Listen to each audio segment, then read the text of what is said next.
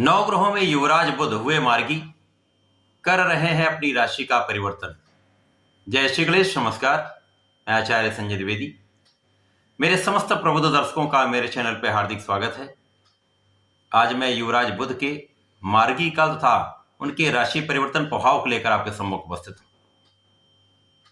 वर्तमान समय में बुध मार्गी अवस्था में आ चुके हैं तथा वर्तमान राशि वृश्चिक राशि से निकलकर गुरुदेव बृहस्पति की राशि की ओर प्रस्थान कर चुके हैं। धनु राशि में इनका प्रवेश होने वाला है। 7 जनवरी को ये धनु राशि में प्रवेश कर जाएंगे। अब चूंकि यहां पर गुरुदेव बृहस्पति तथा बुध का एक विशेष संबंध बनता है, यहां पर बुध की दोनों राशियों के लिए गुरुदेव बृहस्पति 2 केंद्र के स्वामी हैं तथा गुरुदेव बृहस्पति की दोनों राशियों के लिए बुध 2 केंद्र के स्वामी। तो ये एक विशेष संबंध है जो अन्य राशियों में प्राप्त नहीं होता है। ये एक बड़ा लाभ देने वाला है क्योंकि यहां पर बुध का जो परिवर्तन है गुरुदेव बृहस्पति की ही धनु राशि में हो रहा है, जो गुरुदेव बृहस्पति की मूल त्रिकोण राशि है। वर्तमान समय में गुरुदेव बृहस्पति का गोचर मेष राशि में चल रहा है, जहां पर गुरुदेव बृहस्पति की सीधी दृष्टि का प्रभाव अपनी राशि पर होगा।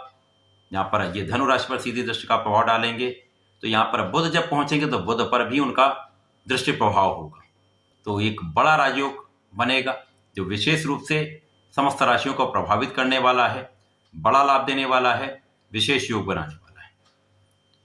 परंतु ये अलग अलग राशियों के लिए अलग अलग भाव में बनेगा, अलग अलग स्थानों पर बनेगा, उसी के अनुसार ही परिणाम की प्राप्ति होगी। कोई भी राजयोग यदि एक अच्छे भाव में है तो वो बड़ा लाभ देता है, परंतु यदि ये नकारात्मक भाव में है, त्रिक भाव में है, तो उतना लाभ नहीं दे पाता। आज मैं मिथुन राशि के लिए बुध के राशि परिवर्तन प्रभाव था बुध के मार्गी काल के प्रभाव को लेकर आप क्या लाभ मिलने वाले हैं, किस प्रकार का कौन सा भाव प्रबल होगा, कहां कितना लाभ ले पाएंगे, संपूर्ण विश्लेषण मैं पूर्ण तर्क के साथ करने जा रहा हूं। प्रिय दर्शकों, ये राशिफल आपके चंद्र राशि पर आधारित है, अर्थात आपकी जन्म कुंडली में यदि 3 नंबर में चंद्रमा विराजमान है तो आपकी मिथुन राशि है। प्रिय दर्शकों, यदि अभी तक आपने चैनल को सब्सक्राइब नहीं किया तो कृपया सब्सक्राइब कर लें, बेल आइकन को प्रेस करके ऑल पर क्लिक कर दें। अब यहां पर मिथुन राशि के स्वामी ही बुध हैं, तो जब बुध का मार्गी काल आरंभ होगा तो ये एक विशेष लाभ देने वाला इसलिए भी है क्योंकि वर्तमान समय में जो बुध का गोचर चल रहा है वो षष्ठम भाव में, षष्ठम भाव जो कि एक त्रिक भाव है। त्रिक भाव में समस्त ग्रहों का प्रभाव निर्बल हो जाता है। अब यहां पर ये लग्न के भी स्वामी है, सुख के भी स्वामी है। लग्ने सुखेश का गोचर जब षष्ठम भाव में चलेगा तो निश्चित रूप से कहीं ना कहीं लग्न में भी निर्बलता होती है। आप अपने सुखों का उपार्जन भी नहीं कर पाते हैं, कहीं ना कहीं सुखों के उपार्जन में तथा सुखों के उपभोग में समस्या आती है।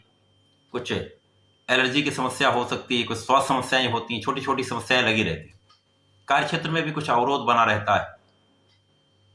जब ये मार्गी काल में आ चुके हैं तो अब इनका गमन षष्ठम भाव से सप्तम भाव की ओर हो जाएगा।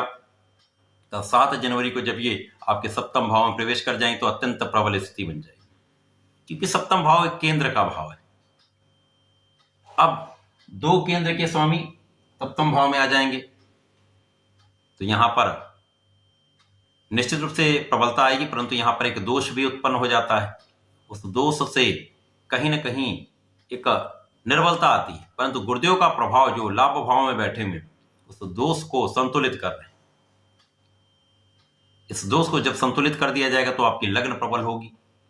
लग्न की प्रबलता से आपके प्रभाव में वृद्धि होगी, आपकी क्षमता में वृद्धि होगी, आपके सुखों के उपार्जन में आपको लाभ मिलेगा, सुखों की वृद्धि होगी। तथा यहाँ सप्तम भाव में जो निर्बलता आ रही है गुरुदेव उसको कहीं ना कहीं एक संतुलन की स्थिति में ला रहे। सप्तम भाव जो कि जीवन साथी का भाव है, साझेदारी का भाव है, यहाँ पर कुछ समस्याएं आ सकती हैं। यहाँ पर आपको सामंजस्य रखना होगा।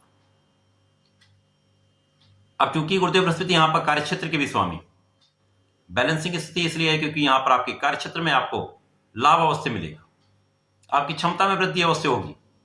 कार्यक्षेत्र की प्रबलता से आप लाभ निश्चित रूप से लेने वाले हैं, जिसके कारण आपके सुखों में, आपके साधनों में, आपके ऐश्वर्य में, आपके वैभव में वृद्धि अवश्य होने वाली है। यहाँ पर आपको कहीं पर भी सोच विचार कर निर्णय लेना होगा। विचारशील होकर कार्य करना होगा, विवेक का संपूर्ण उपयोग करके आपको निर्णय लेने होंगे, तो ये लाभ देने वाला। यद्यपि यहाँ पर बुध 2 केंद्र के स्वामी होकर सप्तम भाव में होंगे तो ये एक बड़ा योग बनता है, परंतु यहाँ पर जो दोष बन रहा है इस प्रबलता को कम करने वाला है।